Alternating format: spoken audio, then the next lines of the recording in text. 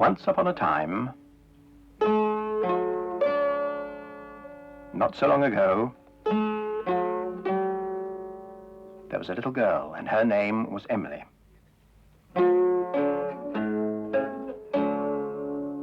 And she had a shop. There it is. It was rather an unusual shop because it didn't sell anything. You see, everything in that shop window was a thing that somebody had once lost, and Emily had found, and brought home to Bagpuss. Emily's cat, Bagpuss. The most important, the most beautiful, the most magical, saggy old cloth cat in the whole wide world.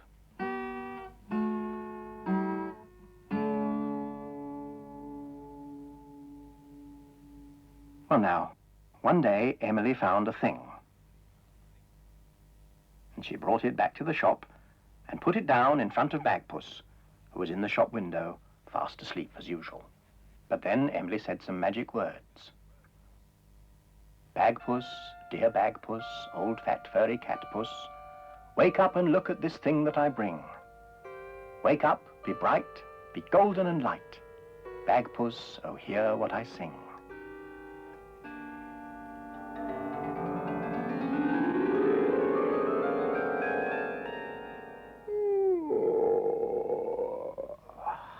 And Bagpuss was wide awake. And when Bagpuss wakes up, all his friends wake up too. The mice on the mouse organ woke up and stretched.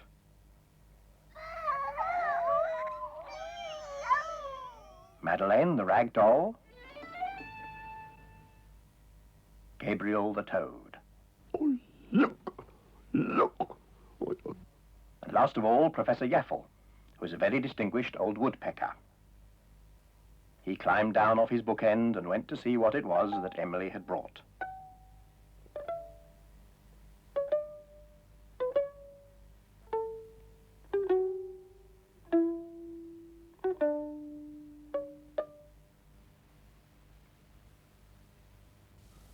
Yep.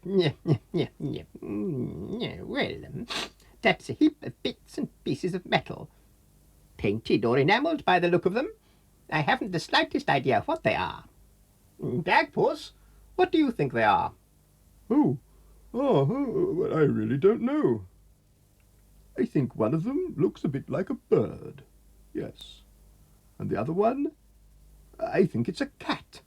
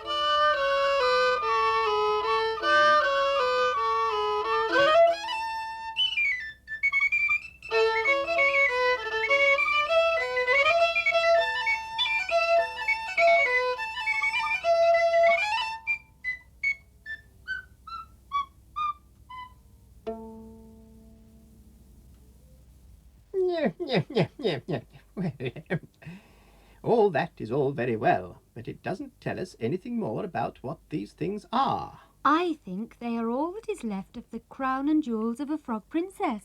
A frog princess? Ridiculous, there's no such thing. There are in fairy stories. Yes, fairy story. Yes, tell us a princess fairy story. Yes, please. Tell us, please. All right. I'll tell you a story. In fact, I will sing you a story if Gabriel will please play for me and Bagpuss will please think for me.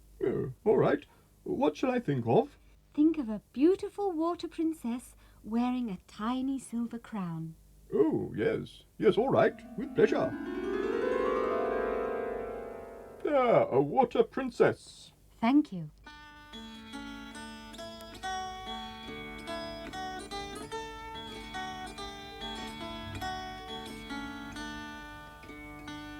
I'll tell you of a princess, a lovely sad princess who lived in the depths of a cool mountain pool. Her crown it shone bright as the frost in the moonlight. Her heart it was sad as she sat on her stool. For all she ever saw there were lords by the score there, so proud and so perfect, but each one a fool. They said, you must choose me, it's useless to refuse me. You know you must marry, 'cause that is the rule. There, you see. That was the rule. A water princess had to marry somebody, but the trouble was she didn't like any of those proud, stupid water lords. She just couldn't bring herself to choose one of them. But suddenly she had an idea. Then the princess replied that at last she decided. She smiled very sweetly and gave a deep sigh.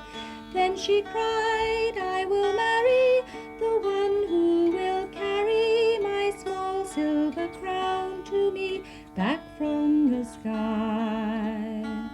Then upward she sped, took the crown from her pretty head, and threw it as high as she could in the sky.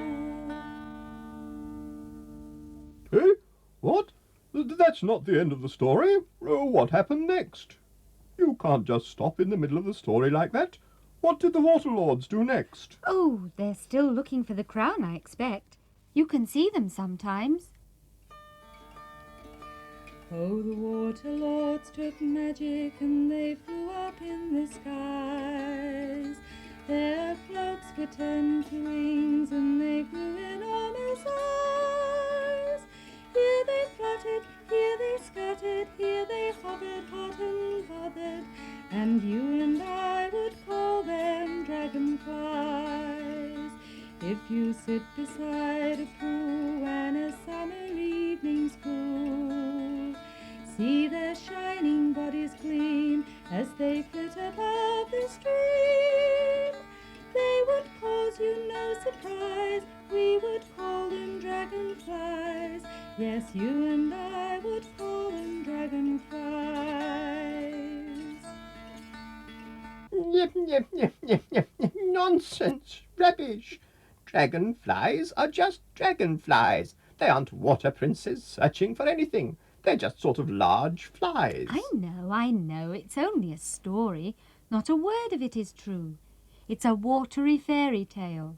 Yes, I dare say. But whatever sort of story it is, you haven't finished it yet. I mean, what happened to the crown? Oh, I don't know. I expect it fell back into the water and she collected it later. No, she didn't. Eh? Didn't she? No. I'll tell you what happened. That was a watery fairy tale, so this is a frog fairy tale. Now then, I'll tell you. Bagpuss, What? on that pond there was a lily pad, and on that lily pad there was a frog. A frog, you know, a bit like me, only greener. A frog on a lily pad? Oh, all right if you insist. That's right. Well, this frog, he looked up and he saw the crown flying past. He thought it was a fly, so he shoots out his long tongue and catches it. Glop. Just like that. Luckily, he didn't swallow it. He didn't fancy the taste of it, and he spat it out. Now, he saw what it was, and being a frog and sensible, he dived into the water with it. He knew the princess would be pleased to have her crown back and would give him a reward. So he took the crown back to the princess and gave it to her, but for some reason she didn't seem all that pleased to get it. She looked sad and she said, "So you have brought me back my crown?" And the frog said, "Yes, I have. I thought you'd like it back." The princess looked even sadder. "And now I suppose you'll claim your reward." "Oh, well, I wouldn't put it quite like that," said the frog, "but, yes, well, you know, a trifle for me trouble would be welcome." The princess heaved a heavy sigh. "Ah me, it is my fault for being so proud. But what must be, must be. Frog, I will marry you." "You will do no such thing," said the frog. "But I must," said the princess. "I said I would marry whoever brought back my crown, and you brought it back, so it is you I must marry." "But I'm a frog. I don't want to marry a princess. I just thought you'd like your crown back, and you might give me a reward or something. I fancied one of your crystallized starberries, or a glacé lugworm." "I'm sorry," said the princess. "I must keep my promise. But don't worry, I do not have to marry you as you are. This is a fairy tale, and I have but to place a tender magic kiss upon your ugly brow, and you will turn into a handsome prince." "Oh, no, you don't," said the frog, keeping well out of reach. "I'm frog, and I want to stay frog. I'm not turning into any handsome prince, thank you very much." The princess sighed again. "Oh, frog, how sensible you are. You've no idea how boring it is being a beautiful princess surrounded by all those proud, stupid lords. I often wish I could be something ordinary, like a frog." "Well, why didn't you say so in the first place?" said the frog. He hopped forward and placed a tender magic kiss upon the princess's brow. At once, in a flash of watery magic, the princess became a frog. A green, knobbly, squishy frog just like him. They were married and lived happily ever after. There, that's how all the best fairy tales end. Frog fairy tales are no different from any others. Well, it is a bit different, I should say. Frogs, indeed. What happened to the princess's crown and her jewels and things? Well, you know what happened. They turned into the crown and jewels of a frog princess. Only, of course, she wasn't a princess anymore, so she just swam away and left them. There they are. Of course. Jewels for a frog princess. Of course, jewels for a frog princess. And so the mice pulled it to the front of the window and left it there, so that if a frog princess, or whoever it really belonged to, should happen to come past, they would see it and come into the shop and collect it. And so their work was done.